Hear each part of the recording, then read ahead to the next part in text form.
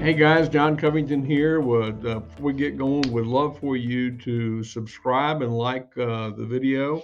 Uh, we our little small unity group met at New Harvest Church of God this week, which is Anderson Walker's church, and he was very gracious to have us over there. We're studying the book One of the First by my friend Ralph Stokes, and we got this part of the book that we're studying right now is when he goes into the insurance company, the insurance business, Provident Insurance Company, and he goes in and initially he's going to be the first black to be a sales rep in this business to business type of an environment.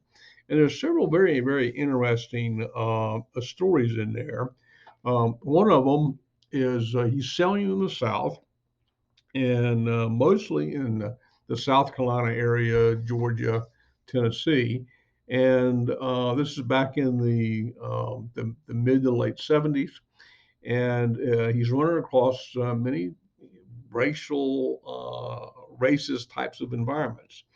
So his bosses were trying to protect him from going in and were trying to insist that he not go in to sell because the people were not going to buy because they were racist.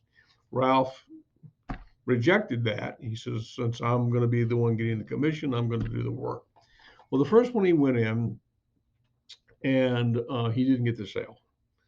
So when he gets back, his boss says, "Yeah, well, I told you, you were not going to get that sale because the guys are racist." And Ralph's response was, he says, the guy may be a racist, but that's not why we didn't get the sale. We didn't get the sale because I personally was not prepared. I'll laugh out loud. He says, my mother would not have bought insurance from me that day because I was so poorly prepared.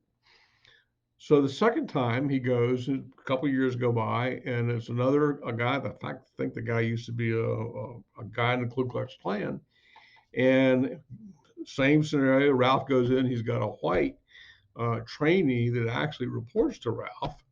And when the client asks questions, he doesn't even address Ralph. He addressed this white intern. And of course, the white intern doesn't know what he's doing, so he defers to Ralph anyway. Well, as time went on in this particular presentation, Ralph was prepared.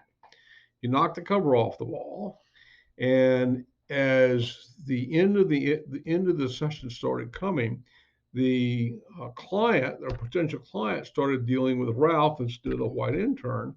And at the very end, the guy stands up, shakes Ralph's hand, looks him in the eye, and says, "I'm going to buy my insurance from you." Um, and so the difference in that particular situation, according to Ralph, is in one situation he personally was not prepared. In the second situation, he was prepared, and he was not going to let his job performance reflect on this. So, and then another interesting sales situation that he had was a bank in Florida, and he went down, and it's a big, huge contract.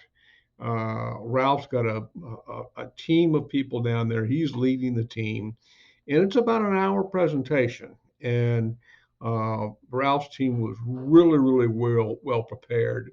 They put on a dynamic presentation.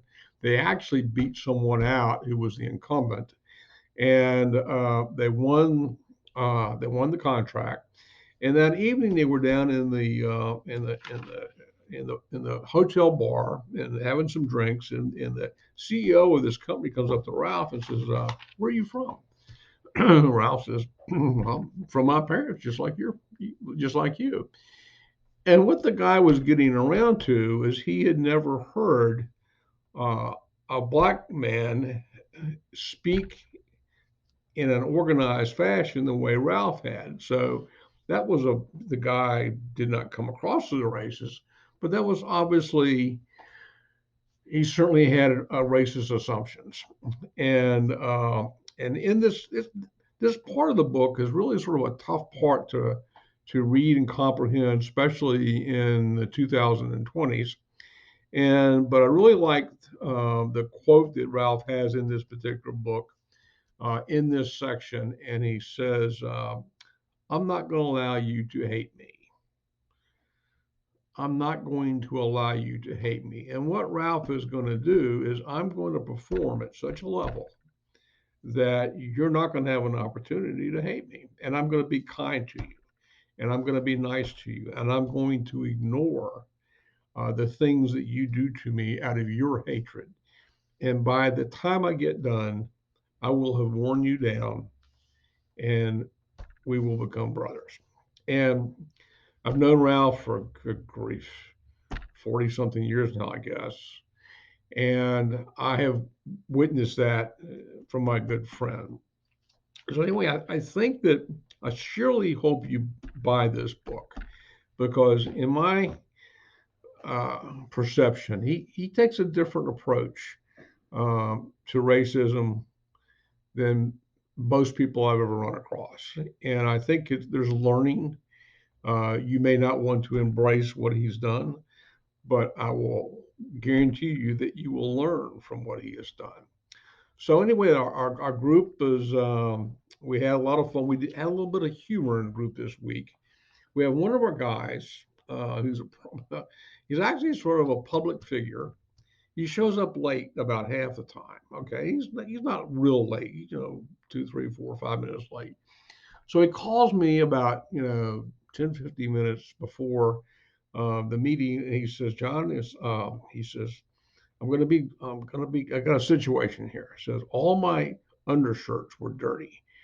So last night I washed all of my undershirts." Now, first of all, I can't imagine you've used up every undershirt. Okay, but anyway, he used up every undershirt. And so I washed them and I put them in the dryer, but I forgot to turn the dryer on. So this morning I wake up, I've got a bunch of wet undershirts. What should I do? I said, well, first of all, I'd go turn that dryer on. And you just whenever you got a couple of them that are worth dry enough to come, just throw one of them on and come on to the meeting. So that's what he did. And my advice to him is, don't you should have told me the dog ate the undershirts. Okay, that's just a bizarre excuse. But anyway, that humor was good. We're having fun, and the group's going to work. We've already established we're going to be meeting throughout the summer. So again, I hope you enjoy this. Um, Again, I really would love for you to get this book, one of the first, and I think you'll send me a thank you note. So talk to you next week.